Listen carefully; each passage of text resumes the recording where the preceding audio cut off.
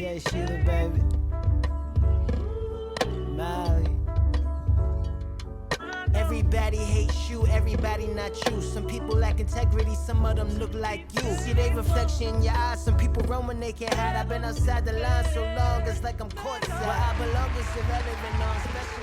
Welcome back to the Everybody Hates You podcast. I'm your host, Jay Shuler, and this is Myraq. And we are back with episode 505, Addiction. Yeah. I was so excited about this episode.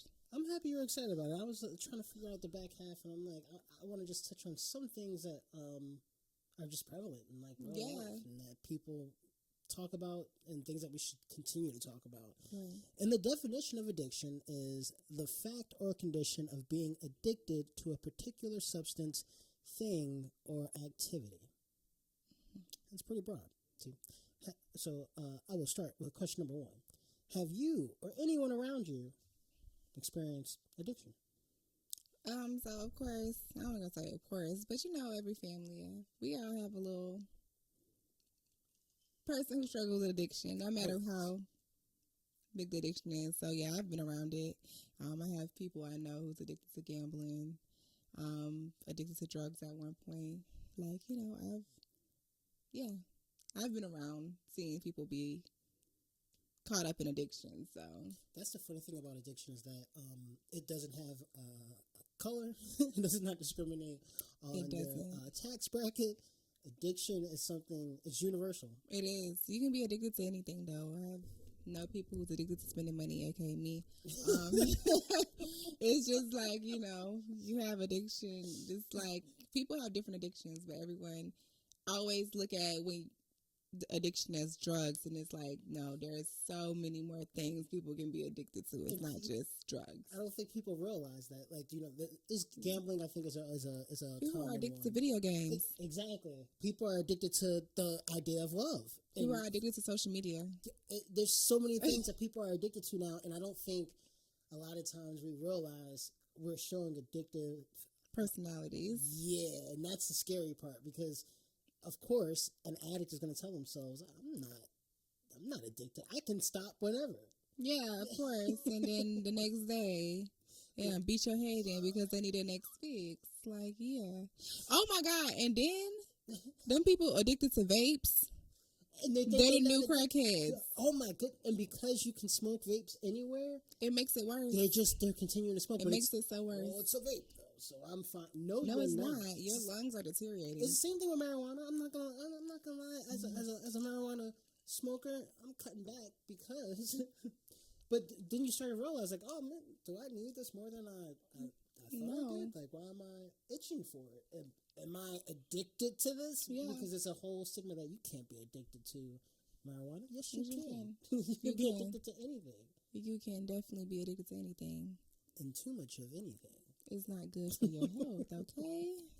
2 is that there used to be a stigma around addiction. Do you remember that? I don't remember that. Oh my gosh! What was the stigma? Like, was it those commercials? No, it was like it was a stigma that addiction wasn't a health thing. Like, it wasn't a disease. Like, people would be upset with. I had like a friend, I forget what was going on with his family, and it was someone that was addicted, I think, to drugs, and they were getting tired of it pretty much. And there was a debate in their family about it being a disease or not. And before, I don't know how common it was, but some people didn't consider addiction like a disease. I don't know if they considered it a choice, but it's a disease. Okay, well, yeah, I can see where you're coming from. They definitely thought it was a choice. They was like, oh, he can stop doing that any day. And it's like, no. He don't got to do that. It's the same thing with pedophilia. I know it's hardcore, but it's at the end of the day, there's something. Yeah, something off. Yeah, and it has to be a medical condition. I don't think there's addiction is a medical condition now, but I don't know why. You know, back then it was a lot of things that didn't make sense in the way people thought. For real, because I just learned that Lysol used to be a freaking feminine hygiene product. What? Yeah. But it's the same thing, and as we progress and time moves forward, we start to see, how could we have possibly thought something like that? Yeah, how was they letting people smoke cigarettes in the hospital? I mean, even now, with people being like, oh, well, all of this gay stuff is going to make the kids gay. you cannot rub gay off on people. I cannot touch you and make you gay. Yeah, but too much of seeing something can also influence people. Too much of regular sex can influence people. Yeah, but like, okay, for instance, like with R. Kelly, with him being exposed to sex so early and getting touched, everything as a young child, he grew up to think that was okay. That's true, but then I think it goes back to the parents then. Just like, okay, so we just had this shooting in Georgia this week. The RIP to those who passed. The kid, 14-year-old, they're charging him as an adult. He should. I disagree with that because they used to do that to young black children. Just charge them as an adult because they could, and because I just feel like if a child, my whole take on it is, if a child is killing people, and I don't care if you're black, blue, or brown, because there's so much kids, 11, 12, 14, who are killing adults. Yeah, go to big boy jail and be charged as an adult. But then I combat that with this. Then we say, well, the children shouldn't be subject to certain things like same-sex or transgender things because this can influence them. So when is it fall on the adults to make sure that they're monitoring and their that's what children? I'm saying too, like, you know, that's what brings us back to monitoring what your kids are doing, observing the games they're playing, because I definitely feel like, because there's so many gruesome games out here, I feel like it's desensitizing these kids to death. So it was just an 11-year-old who killed the mayor of some town and the daughter because he couldn't buy a game off their phone, and they said that kid had no remorse when they took him to jail. I remember that, but see, there's still this thing of responsibility and on the parents, because the child is a child. This is a 14-year-old that, because if we're saying certain things influence kids, and a kid is influenced somehow to take a gun, go to school, and murder his peers, I don't believe right off bat that they should be charged as an adult, because there's definitely something mental going on. They're finding out this kid now didn't come from a great home. They said they had been evicted, and his father went back for his prized possessions. You want to know what his prized possessions were? It wasn't the wedding photos. It wasn't the 2 dogs that they owned. It was the guns. It was the guns. They said he had younger siblings that the neighbors had to call child services about 4 times because the kids would be locked outside at night crying and screaming to get back in. So this kid doesn't come from a great... Okay, but what makes you think, okay, well, let me go and shoot the school up because I didn't come from a great I'm not saying that gives a valid excuse, but what I'm saying is that this kid is traumatized. Now, his trauma has gone on to traumatize a whole community, and I don't think that you cure that by saying, let's charge him as an adult. Now, it depends on what kind of consequences he has. Is he going to be able to be rehabilitated? He's 14 years old. And we're saying that kids' minds are molded so much by the things that are put before them, and we don't take accountability. Yeah, that's why I don't feel bad that dad's going to jail either. Oh, I don't feel bad but for it's for like, him. at the end of the day, I so hardly believe that kids... My thing is, at the age of 14 years old, you know what's right or wrong, because at that age, that's when you start sneaking and doing things. You know what's right or wrong. You have a moral compass. Yes, his dad influenced him, so I'm not going to say that. But it's just like, at the end of the day, you know what's right or wrong.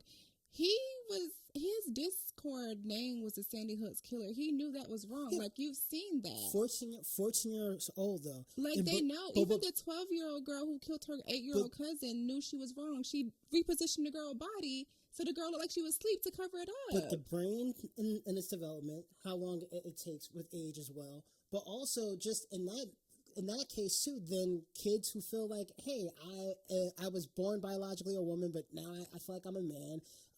Do you agree at 14 years old you can make that choice, or at 18? So it's certain things where I can see, like, okay, you could be old enough to make those choices, but us as adults, we need to do better. Trump came out and gave his reaction to the shooting and said the kid was deranged and yada yada. Same thing. The kid that tried to assassinate Trump was like 18 years old. But we're just brushing them off. We're not talking about what's going on with these kids mentally. What's going on with these kids mentally? My thing is, because I have like friends who work with pediatric people, kids. Kids, no, it's like not even saying kids know, But dealing with psychiatric kids is worse than dealing with adults because it's not that they're not developed. It's like they're overly developed. Like they know what is right or wrong because they can flip in an instant. They know how to be nice and to get you, and then they'll end up choking you the next minute. Well, they're manipulative because they're children, so there's certain leeway they can get over with. But it's not saying that children aren't intelligent, that they're smart, but even you can still have something mentally be off about you. You can still have something mentally be off, but I don't think everything is blamed on the mental. No, I don't think so either. But I feel like when it comes, because they did research on serial killers and things like that, and it is a certain part of the brain that triggers like aggressive behaviors. But I just feel like also with this situation, he was already posting things of this nature before and things like that. And it's like, why should my younger nieces and nephews grow up that's in the same age? Like, yeah, it might be something mentally wrong, but at the same time, they do have a moral compass. Like they definitely do. But at 14 years old, my argument is just that they should not be being charged as an adult. I don't think they should be charged as an adult. At 18 years old, at 14 years old, that's the problem with our system now is that it's more. But in Georgia, he got lucky because they can't charge him with the death penalty because he's not 18. He's 14 years old. And if we don't take care of our youth, I understand that. But what were they supposed to do in that household? Like, what in the community could they have did? I'm not even, well, that too. We're not checking on each other. If children are the future, what are we doing for children? And then they check on somebody and then they get shot by the daddy. Like, in certain situations, but that's the thing. Unfortunately, in that family, and that legacy, that generation is cut down. Hold on, because we'll keep passing it on. This kid, and this doesn't happen all the time. He survived. They didn't kill him in the midst of this. You can really learn what's going on in a kid's mind like this and how to stop these things. Yeah, there were red flags. They said things from Discord were popping up that people sent in, warnings and stuff, but they still didn't have enough information to stop it. There has to be another way to prevent things like this from happening, and we need to check in the mental health. Laws that you can only do so much. So it's like, and then it's like from what I've been hearing about the background is, they're saying the mom was on drugs, but that lady was smart as hell before she got hooked on drugs. That dad was really their downfall, honestly, because he moved them to that country ass town to basically just not mentally, well, basically like just abuse them mentally or whatever. And that's how the mom got hooked on drugs and, no telling what he was teaching the child. And then it's like you said, it is the adult's responsibility because I don't understand what grown-ass man would give a 14-year-old a freaking assault rifle for a Christmas gift. But it's just like, it was his upbringing that made him think things like that was okay.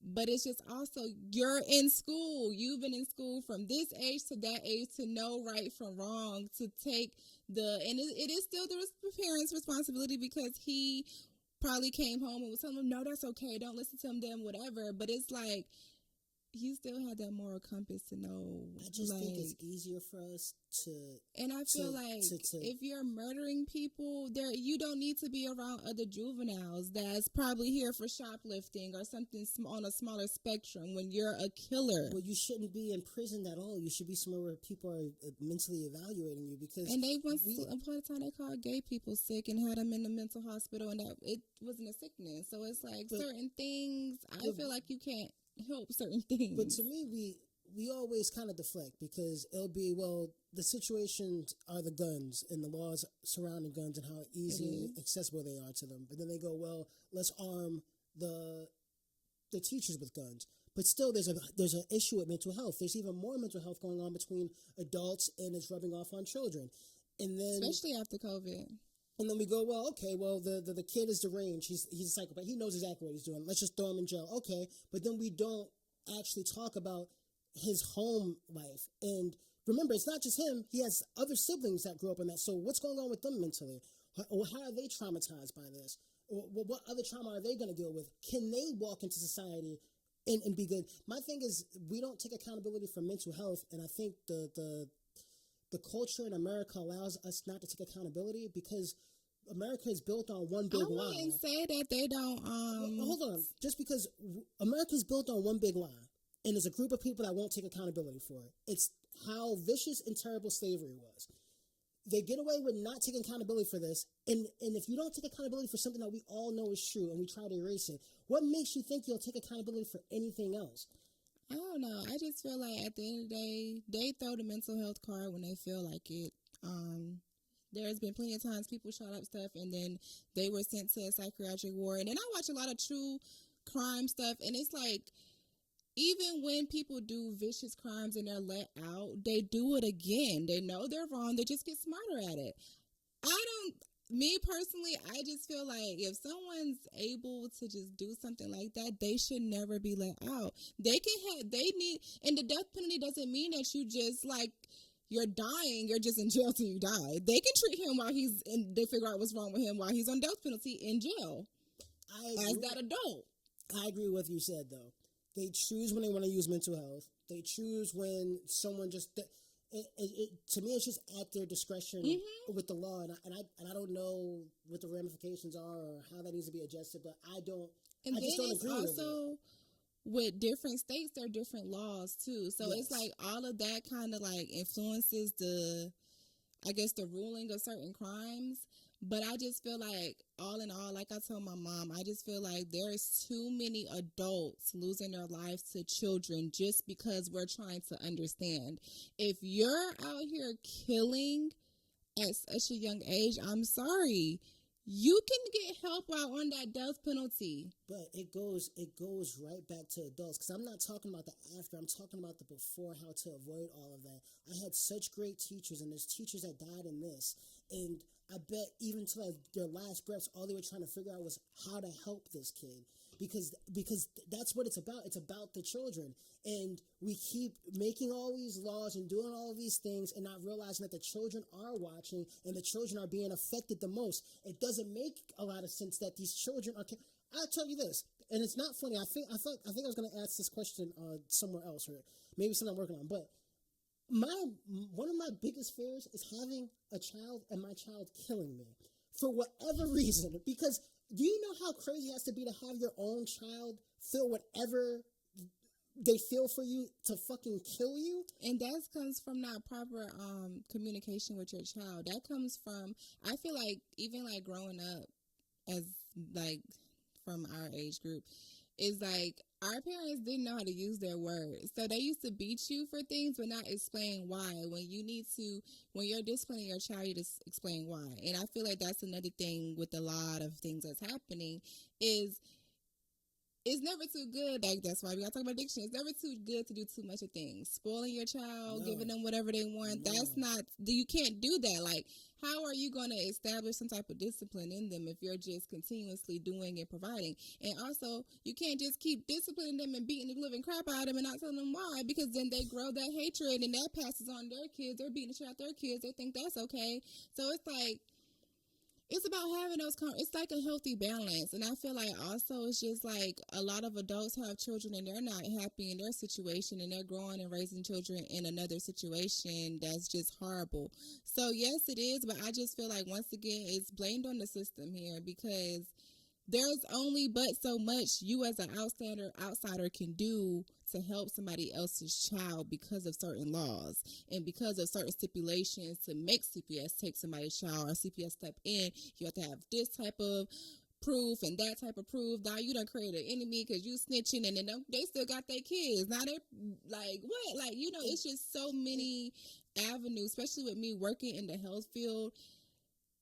It's like only but so much you can do, no matter how much you want to be able to do. Is certain laws in place where you will lose your job or lose your everything you have trying to help somebody else because of those laws. And that's why I feel like we need to check in on our youth, especially in America. We're not doing right by our youth, and people can say it's the gay propaganda, the woke agenda, all of that bull. But we're just not taking care of the fundamentals of our children being okay. Those after-school programs that I know I benefited from, where it can get you out the house. You can be around more positive people. But then I blame that on COVID. These kids don't want to be around nobody but a game and a headset. Yeah, but again, we're not taking accountability as parents. We're not parents, but even with COVID, if we all were out of school, the kids are just screen time, they call it now. No screen time for a certain amount of time. Mm-hmm. Make sure they're being social. It's harder and that's the thing. The conversation gets deeper because then parents are like, I don't have time. If we're talking about being out of COVID, I have to work 2 to 3 jobs. And there's studies coming out saying that this is causing more depression, more anxiety, because now what's happening with parents are rubbing off on children. And that's the thing about these conversations. The conversations go deeper and we see a bigger problem across a whole bunch of different departments of things that are supposed to work for us. And then we go, well, what's happening does it have to do with who we're voting in? Does it have to do with what's the source of this and how can we rectify it? Like you're saying, there's laws where you literally can't get involved in a certain way. And it's unfortunate because now we're living in a world where these kids are not just, before it was suicide. In the 90s, suicide was a big thing amongst teenagers. But now we're getting to the point where these shootings are happening all the time. So now it's mental health compared with access to weapons.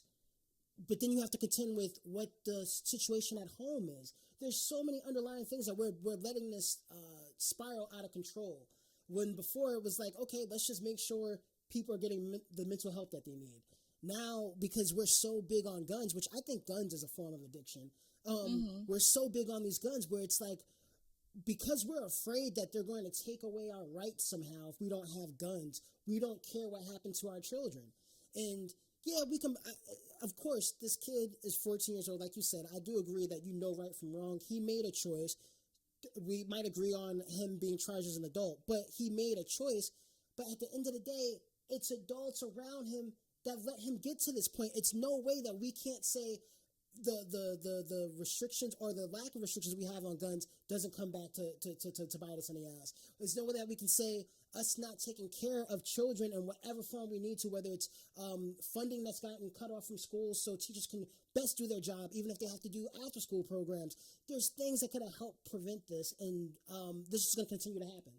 And it's unfortunate that's just where we are. Yeah, like, and it's just sad because, like, even after a shooting, like, they found an 8th grader in that same, like, area with a loaded gun in his bag the next day. And I was like, you know, that's like, and with that, I'm like, who knows now? With kids, they're scared, so they're going to start bringing guns to school just to protect themselves, just in case an active shooter comes. And I'm like, I feel bad because when I think about growing up in school, school was supposed to be the best years of your life. You never were supposed to go to school and be scared that you might not make it out. Like, which is wild. So that's why I'm like, these kids are just growing up in a different era now, and I'm happy that they shut the school down for the whole year because those kids are traumatized. Oh, it's just for the week? No, it's for the year. They shut it down for the year? Yeah, for the whole year. And I agree because there's nowhere they're going to be able to clean up all that blood. There's nowhere they're going to be able to patch up all those bullet wounds. A week is not enough for those kids. Heard everything that was happening, especially the ones that were on that hall. I was watching different TikToks. Like, those kids, as a child at that age, I wouldn't have wanted to go back to that school ever. Yeah, I mean, but this is the reality that we're living in, and those kids, this is a generation of kids who have to live with the trauma for the rest of their lives. And there's going to be some kids that have the access to have therapy. There's going to be some kids that so from what I've been told, I feel like they're providing free therapy for those children that went through that. I don't know for how long, but they are providing. And I feel like that's a good step. Hopefully they can figure out a way to get discounted prices for them because, I mean, you know, you can't just have people, unless they get like a fund throughout the government or something for this particular occasion.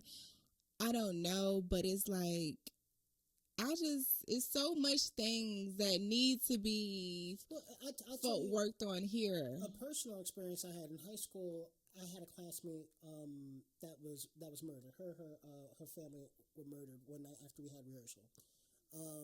During this time, it was like after 9/11, so there was a lot of hate crimes going on against Middle Easterners. So it made national headline news because they weren't sure if it was a hate crime. That day, because we found out kind of through word of mouth because they wouldn't tell us exactly what happened at first. So at first, our parents were calling, asking who made it to school, pretty much, trying to find out to make sure it wasn't, like a friend. So then we found out, something happened to someone. The only person we couldn't get in contact with was this young lady. She was 16 at the time. I believe her little sister was 7 or 8, and then her parents. They were stabbed to death. We get this information. We know this information. Luckily, we had guidance counselors and teachers who, they knew us because we were popular in the school, me and my best friend at the time. And they let us kind of just hang out in their place. We didn't want to talk. We didn't want food or anything. Let us hang out in their place. Just gave us our time and space until we got to the Visual Performing Arts High School with the rest of our acting and singing people who all knew her. And some people drew. Some of us just listened to music. Some of us just were there. Found a better outlet. Yeah, I think they might have offered something, but all we had was that one day. No one else came to talk to us or anything after that.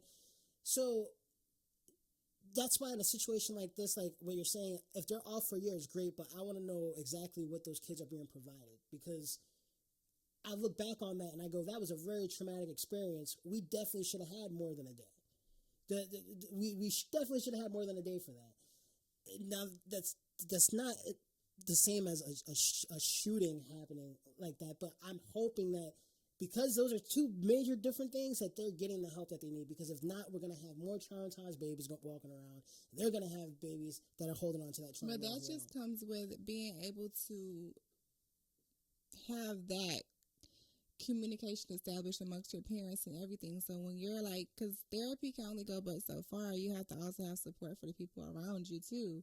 So it's just like, I just hope that they're able to still have a chance to go through to therapy, and also their parents be understanding of the situation they went through too, and not just be like, oh well, you still have to graduate, and just like that's dependent on your parents, right? And that's just my thing. It's just that now we're in a place where more than ever mental health is so important. But I mean, they ain't even take care of the troops, so that tells you how the mental health is here. Like our troops have seen horrible things, and then they are let go out of the military and forced back into civilian life. Some of them became officers, no shade, but it's like they're messed up. And that's why, I do get what you're saying. Like, mental health is looked at so it's not enough attention brought on it. But like you said though, it's used when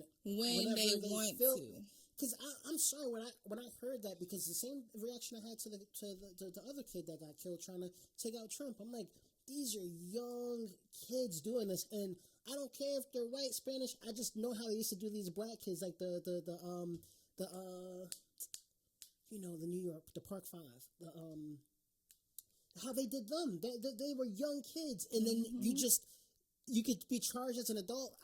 I don't know when they just decide, like. I don't know if it's the and that's why I say it feels like it depends on the laws in that state. It depends on the judge. Mm-hmm. It depends on so many things. And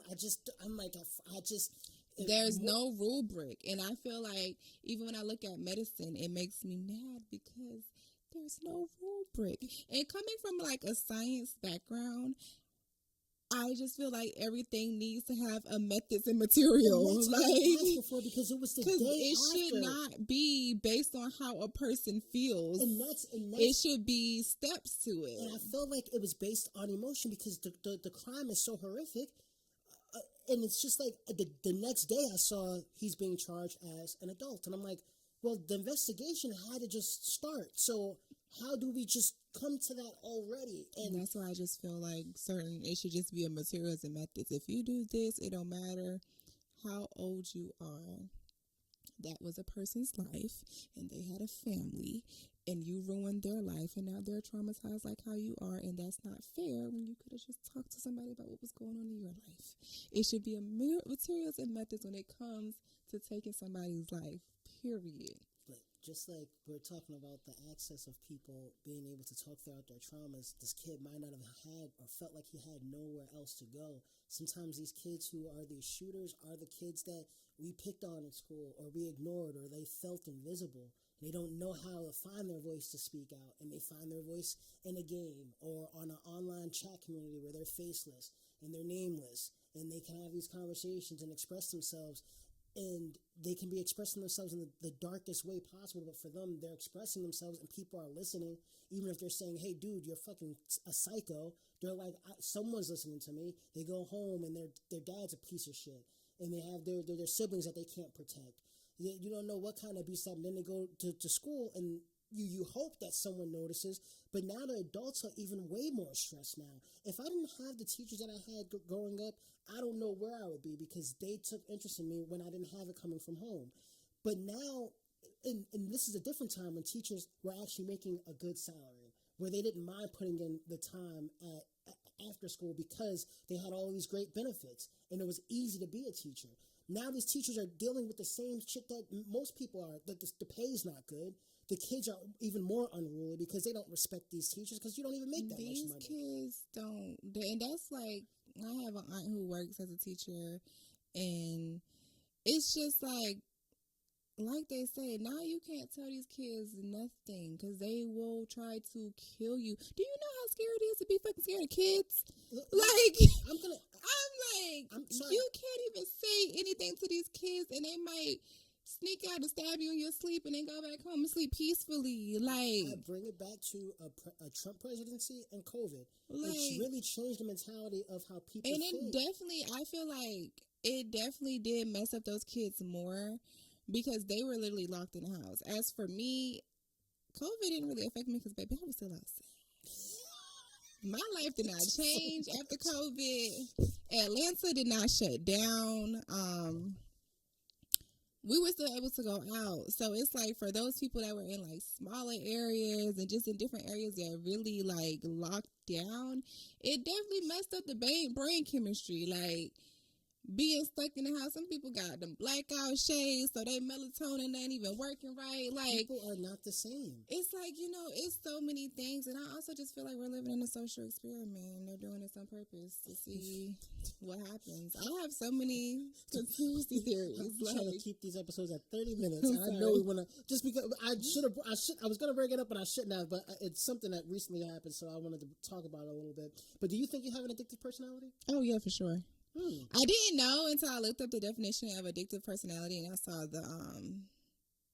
the examples, which I'm gonna read to y'all because it's really funny actually. It's not funny, but it's funny. But it's like basically, so let me see, I gotta find. So, like, basically, signs of addictive personality are like comfort eating, binge eating, using alcohol to socialize or relax, checking one's phone or social media too much, replacing sexual partners for false sense of intimacy, impulse buying / excessive shopping. That's me. Gambling, obsessing, excessive risk taking. It's just like, things of that nature is signs of addictive personality. And I feel like all of us have those type of things. And basically, addictive personality is just basically when you are of discomfort or something knocks you off your regular emotions and you use something to cope with it. I, for instance, do it all the time. Like, I get my little feelings hurt, I'm going to flex in the biggest way and I'm going to go shopping and I'm going to be like, yeah, I don't need you for nothing. Like, that's just something I do. I don't know why.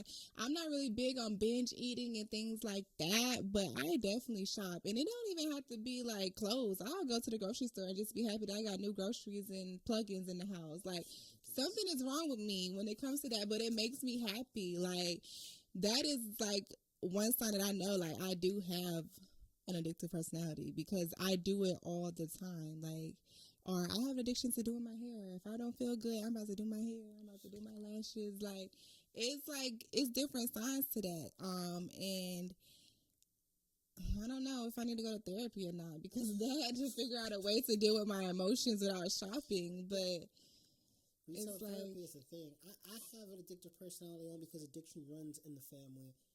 Gambling runs in the family, so I don't gamble. I went to AC Atlantic City because I'm from Jersey, so we go to Atlantic City all the time. But I never gamble. One time I start to get like on just the fucking coin machine. I hate gambling, and I could feel the itch. I could literally feel because my mind already started doing it. It was like, yeah, but if you do it again, you might win, and that's okay. You should definitely double. I can literally feel it. Like I was like, oh, I'm good. I'm not. Nope. That I am addicted to working. I don't even feel comfortable sometimes when I'm just relaxing. I have to literally learn. I've been learning more to just kind of relax and just. But if I'm not working, I feel like something's wrong. And I feel like people play The Sims, they can like pay attention to a lot of different things that we don't pay attention to. I play The Sims a lot, so it's like it does foreshadow certain like things. Like they have certain personality types that you didn't even know was a thing. Yeah, like The Sims get really deep, like for real, and it helps you with emotional intelligence, like so seriously. Like I've read a book on emotional intelligence, so that's why I'm pretty good at it. But it's like, and even that movie Inside Out, like those are things that I feel like adults need as well, and not just kids. Like to really tap in and know how to like just be human, and certain things aren't normal. Like, and it's okay. Like, go talk to someone about it, but don't like beat yourself up about it. Like, no, but it's okay. Like, I definitely do have an addictive personality, though. Like, have you ever lost anyone to addiction? I don't think so. Not that I know of, really. I don't think officially. I don't know if that was an addiction thing. Sometimes like it's not like if it's drugs, yeah, sometimes it could be an OD, but then sometimes there's suicide too. Mm-hmm. It's just when, especially coming from background with like actors and musicians, that happens a little bit more frequently, but you don't really know what a person's actually struggling with. I just watched like the Gary Coleman documentary. That was really good. I don't even want to watch it. Why? I feel bad at like how Gary Coleman's life turned out. No, for real, he had a horrible life. He really did. Like, he had a very horrible life, and it's just really messed up. I think we kind of talked about this. Do we think society takes addiction seriously today? They don't. I don't think so. That is not because R.I.P. to Rich Homie Quan. Oh my God. Yes. Like I think I still don't believe. I don't believe it either. But that was addiction right there. Yeah, he came on a podcast and said how he was taking Molly to help with whatever, and that's how he ended up dying.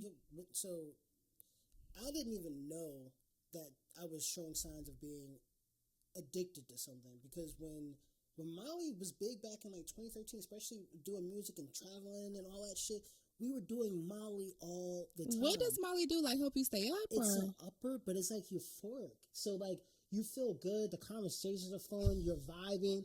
Yeah, you can drink on it, you can smoke on it, but it's smooth. But this is why I always tell people to do research on what you're putting in your body. That shit induces your endorphins and shit, and dopamine. So when you come down, you completely crash. So it can cause a depression. I went through a major depression once I stopped using it, because like after a while, it was like, okay, we're good now. The project is done.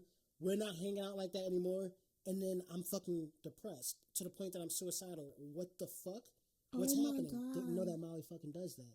So then if you don't have the mind to say, okay, I'm just not fucking with it, there's other people that go, they are really actually addicted to it and go, well, I need more of it to feel that high. There's people that go, well, I need it now to actually work on music. I can't work on music without it.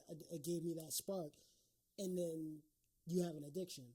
But when it came to drugs, I never really, not that I can't get addicted to it, but if you know how to cut it off. Because once you realize something's having a negative effect on you, it's only a matter of time till it has a negative effect on the people around you as well. And that's why I feel so bad for people that like, it's just certain things. I just feel like it be messed up, because some kids, like especially when you go to college, like some kids never been exposed to things like that. They didn't know addiction in their family, and then they get hooked, and then they're like fucked up their life and didn't even know how they got there. Like, it's so messed up. And it's like, even being addicted to drinking and things, it's like, I feel bad. I see so much young women downing bottles of liquor every weekend. Like, don't realize it because it becomes a norm. This is what we do.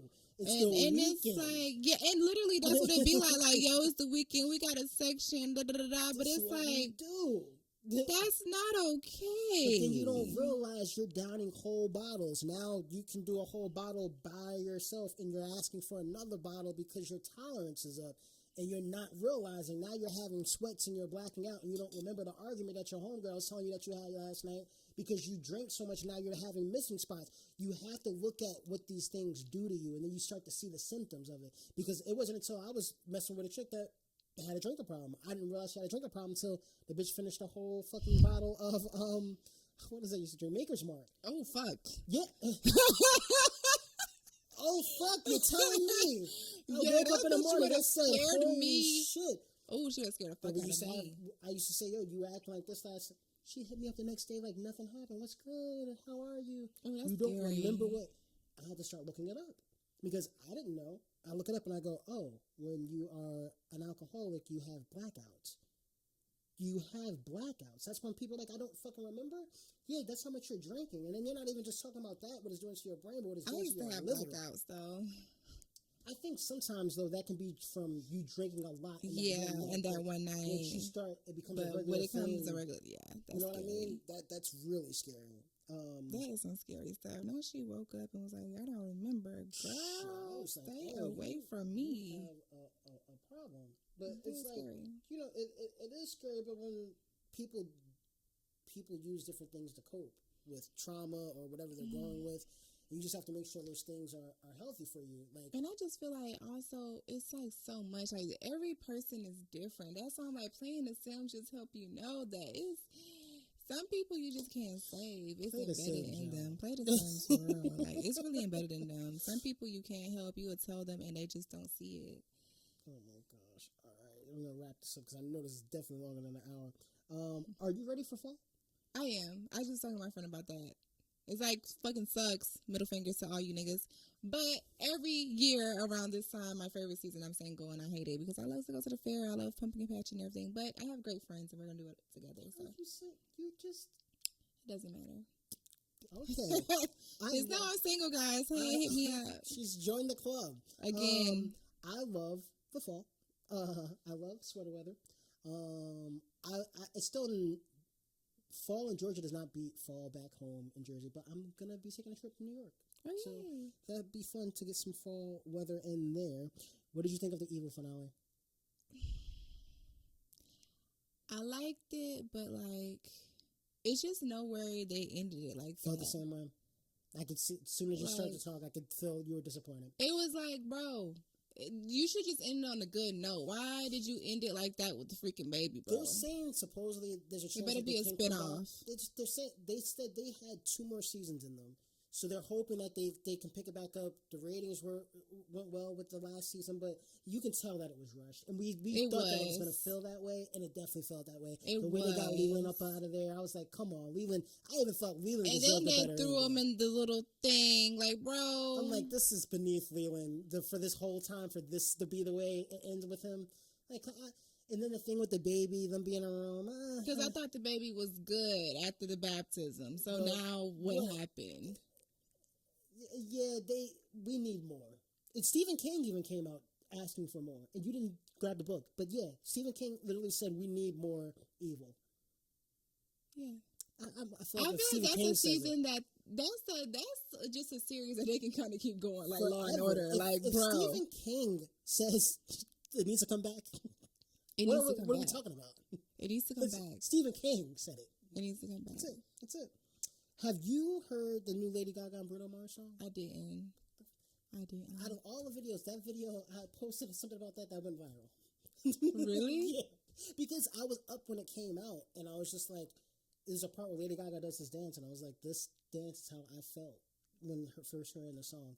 I guess that resonated with people. But it's a really good song. I think it's for Joker 2 soundtrack. Ooh. Check it out. It's pretty good. Isn't she playing on that movie or no? Yeah, she's Harley Quinn. Oh, yay. I love Lady Gaga. But that's it for this episode. Trying to wrap it up because I know it's longer than we got a little rant, y'all know. But if you or someone you know is struggling with addiction, you can call the 988 Suicide and Crisis Lifeline because you are not alone.